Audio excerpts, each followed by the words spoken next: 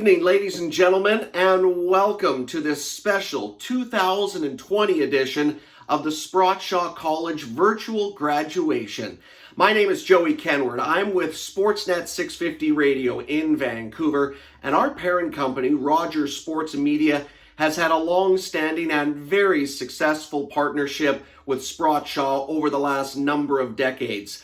I've been very lucky to have hosted this event in person with graduates the last couple of years, and I'm really pumped to be here tonight, even if it's a little bit different, but I think we'd all agree, whether we're tuning in live around British Columbia, or for those of you that might be elsewhere in a different time zone, we're all here together. And think about it, 2020 is a year we've all experienced different challenges, some highs, some lows, but tonight I hope that you can savor in this special evening as each and every one of you graduates from around British Columbia is here together to take part in this virtual ceremony. We're going to hear from some very special people who have some very special messages, and of course, it all culminates with you graduates getting a chance to see your dreams come true as proud graduates of Sprott.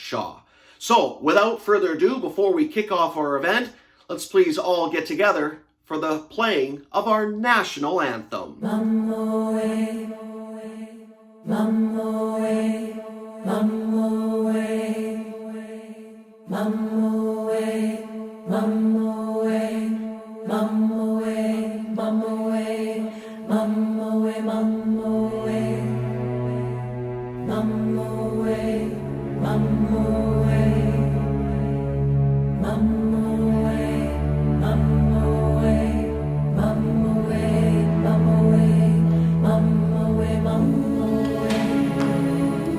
I love unfinished things, the bookmark set between closed pages, the field that waits for seed. Canada is a place like that. A history incomplete, a traveler turning around and wondering at the distance gone, the distance yet to go. What was there, Canada? What is ever there on a country's road but times when we were glorious and times of things no one should have done? Our anthem understands words of pride with notes of mourning and the music of resolve to finish and turn towards the road ahead. Here is a place to say, we go on, not as before, and so keep faith with the best of what we are. Oh Canada, it is a complex love that keeps us together, and all the more true love for that. Kakanak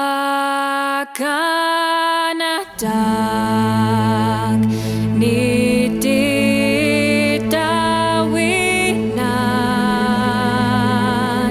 ni sakitanan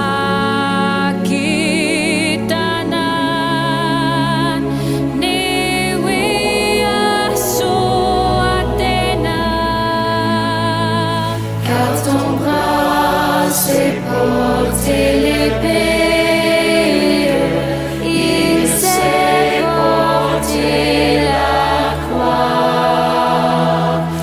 L'histoire est une épopée des plus brillants exploits. God, keep our land glorious and free. Oh, Canada, we stand on guard for thee. Oh, Canada, we stand on guard for thee.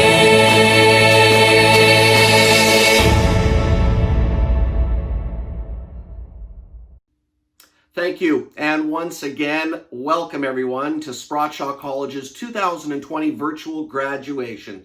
Settle in, relax, and enjoy what's on tap. We have some very special guests who have some very special words for each and every one of you graduates in the next little bit. Let's start by introducing the president of Sprott Shaw College, Mr. Vic Tassan. Now, Vic has more than 20 years of experience in leadership in the education sector. He's been recognized for his achievements in growing and leading successful, award-winning, and sustainable organizations. We're so happy he's with you as graduates on this special day. Ladies and gentlemen, it's my great pleasure to welcome and introduce the president of Sprott Shaw College, Mr. Vic Tassan. Graduates, parents, faculty, friends, and guests, we welcome you to one of the most special graduations in our 117-year history. A graduation ceremony is one of the most significant milestones in a person's life. It is a privilege to be able to share this historical moment with you and to be able to address and pay tribute to our 2020 graduating class. Graduates, you may not realize the significance of today, but in the years to come, when you're able to find a quiet moment, you will realize that completing a post-secondary college program during this time was a life-changing achievement. With few exceptions, this has changed who you were, who you are, and who you are becoming. The ripples of this experience will continue to echo and influence who you will be for the rest of your life. Your family, your friends, and your Sprott Shaw community have witnessed your efforts and dedication, and with pride, we are here to celebrate you and applaud your accomplishment. Because it requires others to help keep our lives in order, while we take temporary leave to dive into study, I would like to suggest that we begin this celebration by recognizing the family, friends, and loved ones who provide the support that enabled this moment to happen. This year, more so than any other year, their love and support have been even more integral to your success. Graduates, please join me in thanking and recognizing those who have supported you for the invaluable part that they have played in your journey. 2020 has been a year like no other for all of us. Our world is currently fighting two enemies, the invisible enemy COVID-19 and the very visible enemy racism. The safety and normalcy of our lives have been disrupted and upended. Simple pleasures we took for granted, such as hugging a friend, participating in our favorite sports or activities, or even attending a graduation, have been forever changed. Many have also suffered illness, physical and mental, or human loss at the hand of the coronavirus pandemic, and to those, my sincerest condolences. Others have demonstrated the courage to share stories of racism and to stand up for what is right and proper. To you, my deepest respect and admiration. While our world has been forever changed, these two enemies have also shown some of the greatest aspects of what it means to be human, and how geography and boundaries do not define us. The stories about hoarders that in the initial stages dominated our news channels were soon replaced with stories about the millions of frontline, healthcare, and essential workers who put others ahead of themselves, who instead of living selfishly, chose selfishness. People from all parts of the world are working together for one of the first times in our lives and are showing that boundaries do not matter. Life, choosing kindness, and choosing compassion are what matters. Moreover, racial tension, systemic racism, and inequality have moved to the forefront. Again, people all around the globe, especially in the younger generations, are uniting and standing up to what is wrong and demonstrating the courage to speak out and to say enough is enough. We are acknowledging that we are all human and equal. We are acknowledging that racism exists and continues to plague our world. And most notably, irrespective of race, religion, or color, we are standing up together, united, to fight the inequalities and injustices that exist. Racism has left deep-rooted scars across our globe, but we are learning that race, color, or ethnicity do not matter. Nelson Mandela wrote, "No one is born hating another because of the color of his skin, or his background, or his religion. People must learn to hate, and if they can learn to hate, they can be taught to love. For love comes more naturally to the human heart than its opposite." As human beings, we share the ability to be understanding, to be compassionate, and to be empathetic. These are things that make us human, that make us special, and that make us who we are. And now, more than ever, it is critical that we demonstrate these attributes, that each of us strive to embrace the beauty of humanity and work towards being the best person we can be. Only through this can we create and embody real change and put an end to racism and the pandemics we currently face. Graduates, when you look back at your graduating year, you will realize it was not about what you missed out on by not being able to attend your graduation, but by what you were a part of. Our first impression is often what we have lost, but the resiliency of the human spirit is more about what we have done and what we have overcome. Your graduation year is a testament to the latter. It is a time of strength, it is a time where we chose possible, and it'll be a time where we made the world a better place because of the actions we carried out. Each of you has also demonstrated this resiliency in your educational path. Your choice to follow your passion and choose your next career, and more so, to complete it, is evidence of this.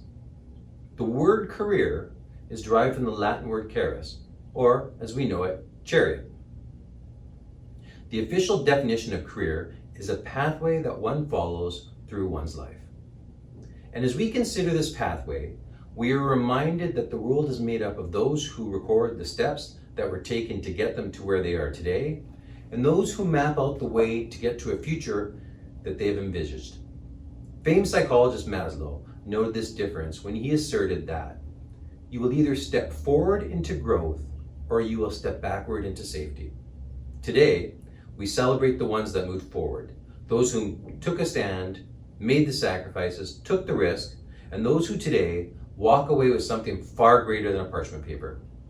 For so many of you, you demonstrated an even greater resiliency when, as of March of this year, you needed to adapt to a new way of being, requiring change in how you went about your everyday, including how you undertook your learning.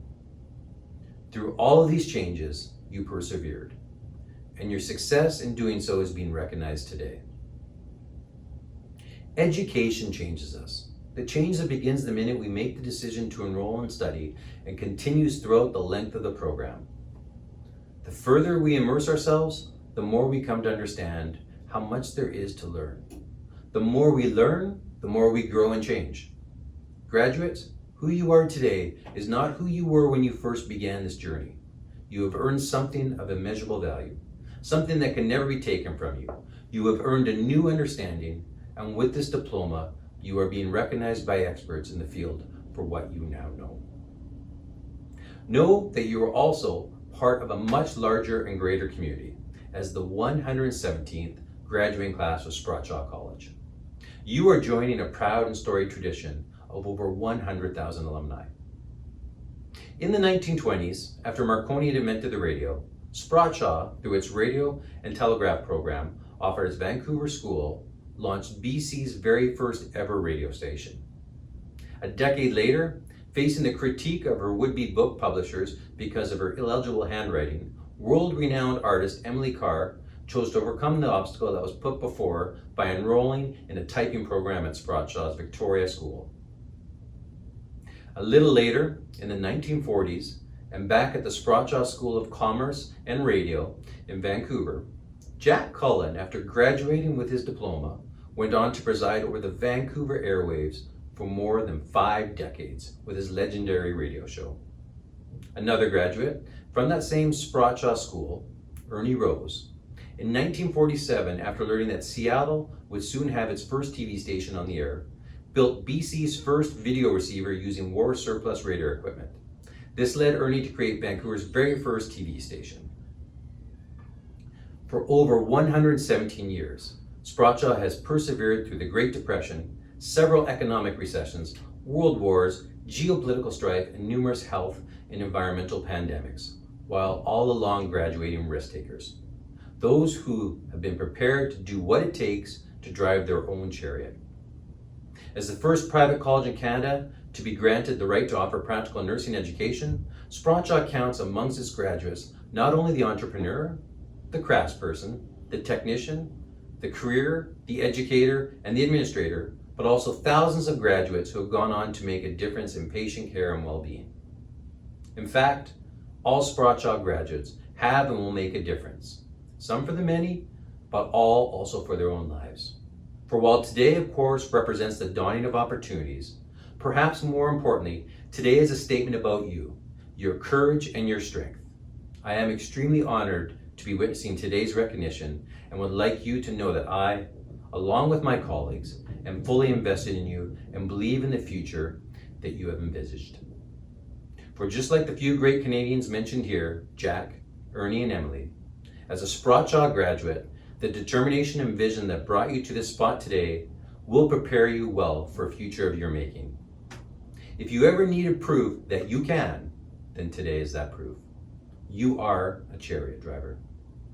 Graduates, as you move forward, remain resilient and continue to be courageous. When you interact with people, choose compassion. And when you are faced with obstacles and hurdles, look for opportunities and always choose possible. And when life presents those struggles, look back at today and remember. Remember you will overcome because it is those exact same traits that you now possess that led you here to this moment. But for tonight, celebrate, revel in this moment, and recognize your accomplishments. And most importantly, be proud of who you are, what you have done, and who you have become, because I know I speak for your family, friends, and all of us at Sprott Shaw College when I say, we are very proud of you. Congratulations, class of 2020. Thanks very much. Ladies and gentlemen, we are very privileged to have a very important person join us for our live virtual graduation ceremony. With messages from our provincial capital in Victoria, please welcome the Premier of BC, the Honourable Mr. John Horgan. Premier John Horgan here. As you begin your journey outside of the classroom, I want to congratulate you on an extraordinary trip to this day. I imagine it's very disappointing for you to not be celebrating together, but I want you to know as a community, we're celebrating with you. The skills that you've acquired are the skills that we need to move our community forward. All of us have been waiting for you to arrive. We elders are waiting for the younger generation to come forward. I welcome you. Go forward, enjoy what you've learned, enjoy what's ahead of you, create a better society for yourself, for your community, and for the world. Thanks very much. Ladies and gentlemen, Shane Gibson is with us tonight. If you haven't heard of him, well, you'll certainly know more about him after you hear him talk to us in just a few moments. He's an internationally recognized published author and public speaker. He's spoken in front of more than 200,000 people over the years in countries like Canada, the USA, Mexico, South Africa, India, Dubai, Malaysia, plus numerous other countries throughout South America. He's gotten great recognition for his work. In fact, he's listed at number 5 on Forbes.com's top 30 list for social salespeople in the world. His clients include organizations like the Ford Motor Company, BMO Financial, Sun Life, CPA Canada, the U.S. Department of Commerce, MicroAge, plus dozens of other businesses on 5 different continents. Now, when he's not working, and usually he is, but when he's not, he's very active. He hikes, he runs, and spends time with his family throughout the Lower Mainland, which he calls home. Ladies and gentlemen, we're so happy that he's with us for a special talk to you graduates. Please join me in welcoming one of our guest speakers this evening, Shane Gibson. Hello, Sprott Shaw graduates. Thank you very much for inviting me in to help celebrate this really important occasion and this incredible achievement for all of you. Today, what I want to talk about is what I call the relationship quotient, and that is really how relationships propel your success and your health. So, really where this starts is this great quote that was shared with me by Darcy Rezek, who wrote the book Work the Pond. What he said is your network is your net worth. Now, me being an author and a sales trainer and a professional speaker, I found this to be absolutely true as a solopreneur and an entrepreneur. That my network, the strength of my network, but also the strength of the ties and the depth of relationships has really been incredibly important to my success and the success of those people I work with. Now, many of you are wondering, why would Sprott Shaw bring in this guy who trains sales trainers or speaks on stages around the world to business organizations to come talk to me? I'm an HCA. I'm a professional nurse. I'm an early childhood educator. I'm an electrician. What does this have to do with me? I think it's important to realize that sales is actually a life skill. So if you had to convince one of your instructors to allow you to hand in an assignment late and they agreed, you've successfully sold something. You sold an idea. If you want to go to one movie and your spouse wants to go to the other, then you're now in sales. If your kids don't want to go to bed at 9 o'clock and you want them to, you're in sales. So sales is really a life skill. It's something that we can all develop, and it's truly the ability to persuade and create win-win solutions for you and another person. I like to define sales as it being about creating an environment where an act of faith can take place. That's what relationships and leadership is really about. It's about creating an environment where an act of faith can take place. Now, with that said, there's a number of things that go into creating that environment. And the number one is our outlook on relationships. What do we truly believe to be true about relationships and the importance of connecting with other people? One of my favorite quotes is from my dad, Bill Gibson. And what he said is, some people use the relationship to get the deal, but the reality is the relationship is the deal. And this is true in professional business relationships, regardless of where we work or what direction our career is going, is the relationships we create and foster authentically are really the foundation for our success later on. For myself, I look at the recent pandemic and watching 90% of my business be canceled because I spent a lot of time standing on stage, and some major challenges for me and my peers in the industry. What's been amazing to me is in a period of 4 or 5 months, I've been able to replace all that past business with new business, but it's from historically relationships that I've invested in, where I highly value building relationships with my clients, and I've found a group of people that also value that. So I think it's really important to look at is that finding environments where people truly celebrate the importance of relationships, and then for us to take advantage of that and heavily invest in them. So let's talk about relationships and how they actually impact our quality of life and health. So I came across this study a few years back, and it was actually done by Brigham Young University in Utah. And they took 148 studies and over 308,000 subjects, and they kind of put them together and mashed the numbers. And they looked at, these studies measured network strength, number of ties, and length of relationships.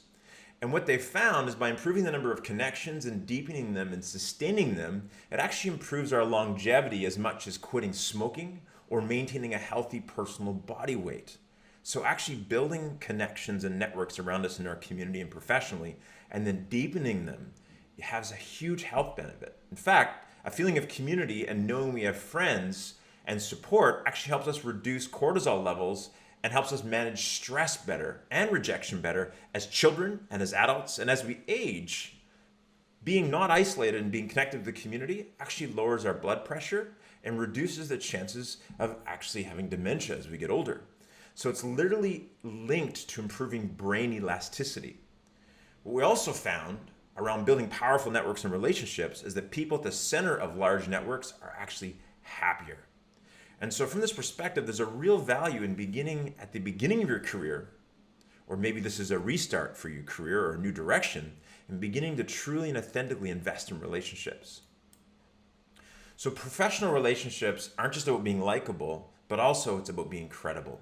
So we think about things like keeping commitments, investing in our own professional competencies and knowledge, which is exactly what you spent many months or maybe years doing at Sprott College before your graduation. So this credibility, this professional credibility and knowledge is something that I would urge you to continue to double down on and continue to invest on long after your graduation. So I'm going to talk a little bit about some quick tips to growing and deepening your network. There are 13 quick tips, but hopefully I'll leave you some things to think of. You might not implement all 13 of these, but I think they're really important thoughts to look at around how can I embrace these things to improve my professional network or begin to grow it and really set the foundation for a successful lifetime career. So here's some tips on growing your network. Number one, be referable. Don't pressure for leads or assistance right away. And what I'm talking about is that, the first time I meet somebody, or I connect with them on even LinkedIn and they reach out and say, hey, Shane, I noticed you're connected with this person. Can you help me out? Or, hey, nice to meet you. Can you do this for me? And I find that in many cases, or someone who plays the numbers game where they're just networking and connecting with a ton of people, but they're not actually working on their own credibility. So from this perspective, one of the true powers of being an effective networker and relationship builder and member of your community is becoming referable.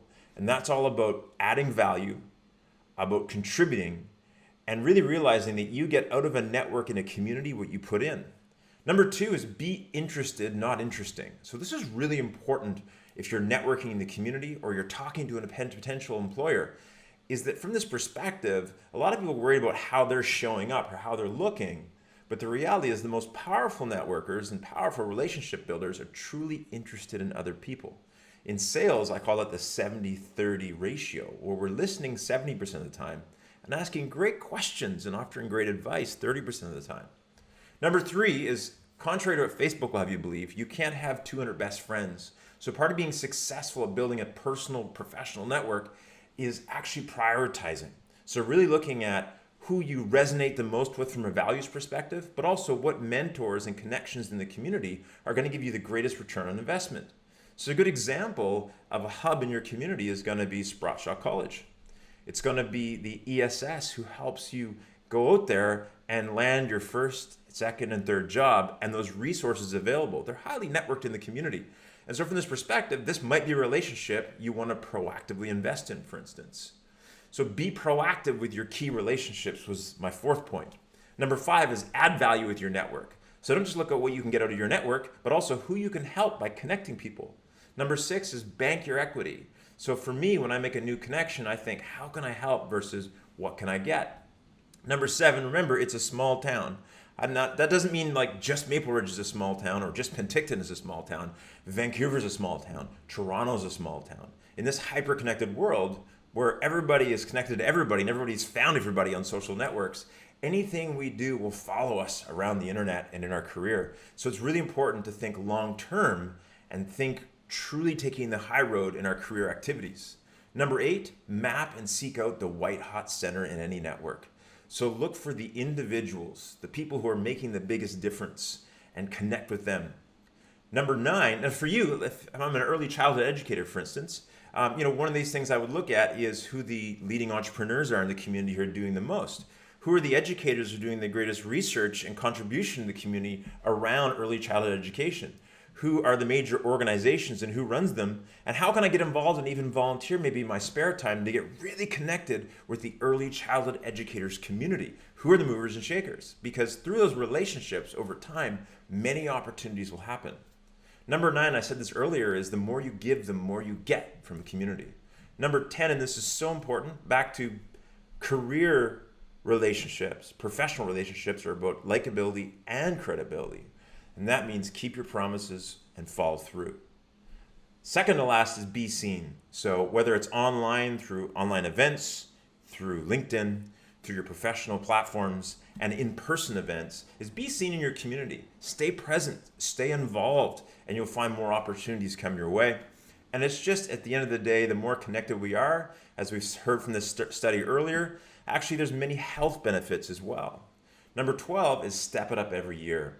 So for me, one of my goals every year is actually to go network or connect with a group of people that might intimidate me a little bit, that might make me grow and stretch my ability to connect, and maybe even push my boundaries around my own self-worth or confidence, because by doing that, I actually grow and get better at building my professional network. So kind of summarizing this is, while you're busy hustling, learning new things, and getting tasks done, stop and take time to connect and deepen relationships. Your authentic professional relationships are an investment in your future health, wealth, and happiness. Thank you. Your valedictorian from the Penticton campus with us this evening is Cassia Pockman, who in 2020 is graduating from Sprott Shaw's Healthcare Assistant Program. Hello everyone. So here we are together via satellite, something I'm sure none of us imagined or expected. I'm so positively impacted by the lessons this year has taught me, how to persevere against the odds, look at the world with an open mind and malleable perspective, be resilient in tough circumstances, and find the silver lining in every situation. From my own experience of waking up one morning and seeing an education opportunity on the last day before the application deadline, to coming back from spring break only to have our classroom moved to our living rooms.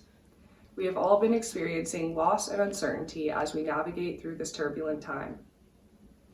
In the wake of the events that have taken place, we missed out on family affairs, important events, job opportunities, recreation and social time, and much more. However, I know these losses have given us the motivation to cherish the memories we did make and be grateful for the privileges we still have. Sprott has been so gracious in allowing so many satellite classes this year, which made education attainable and accessible to many of us not located near a campus. In Salmon Arm, we had the opportunity to take part in a healthcare assistant program. All 8 of us coming from different professional and educational backgrounds of all ages and upbringings, banding together for the purpose of providing our most vulnerable with the care and quality of life they deserve. We shared many mistakes, memories, group projects, and most importantly, laughs. Like the times our simulation mannequin Julie, who unbeknownst to us was moved, scared us all half to death sitting unbothered in her dark room. It has been a great pleasure working and learning alongside these individuals, as I'm sure it has been for all you out there in your respective classes. As you celebrate your many achievements this year, I challenge you to celebrate you. Recognizing that this is not just an attainment, but a way you have become closer aligned with your passions, talents, and aspirations. Through this alignment of your mind and actions, you will evolve into a well-rounded and confident ally of our ever-changing society. I wish to express my sincere gratitude to Sprott College with its faculty and staff, and of course my class's exceptional instructor, Carolyn, for giving us all the opportunity to take strides towards the things that ignite our curiosity, the chance to realize our ambitions, the support we needed to never give up, and the ability to create and reach our goals through education. So Sprott College graduates of 2020, let's go out into the world with our newfound knowledge, experiences, and lust for life, and let's create the change we want to see. Here's to making a tangible impact on the many lives that will cross our paths, both professionally and personally in the years to come. Congratulations, everyone. Thanks once again, and congratulations and a job well done to each and every one of our valedictorians who spoke with us this evening, representing the various campuses around British Columbia. Well, it's that time so many of you have been waiting for this evening. Let's get underway with our commencement ceremony.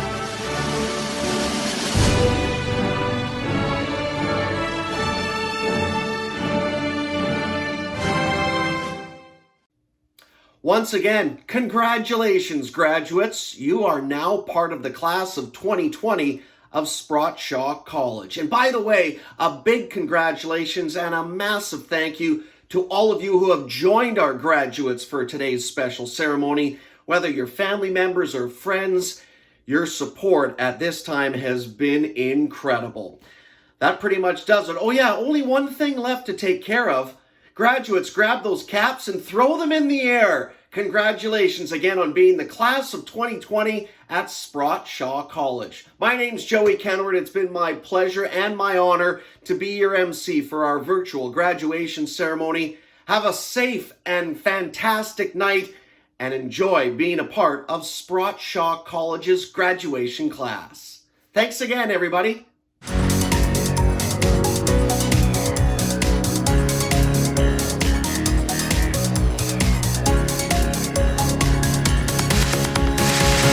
Sprott Shaw College since 1903.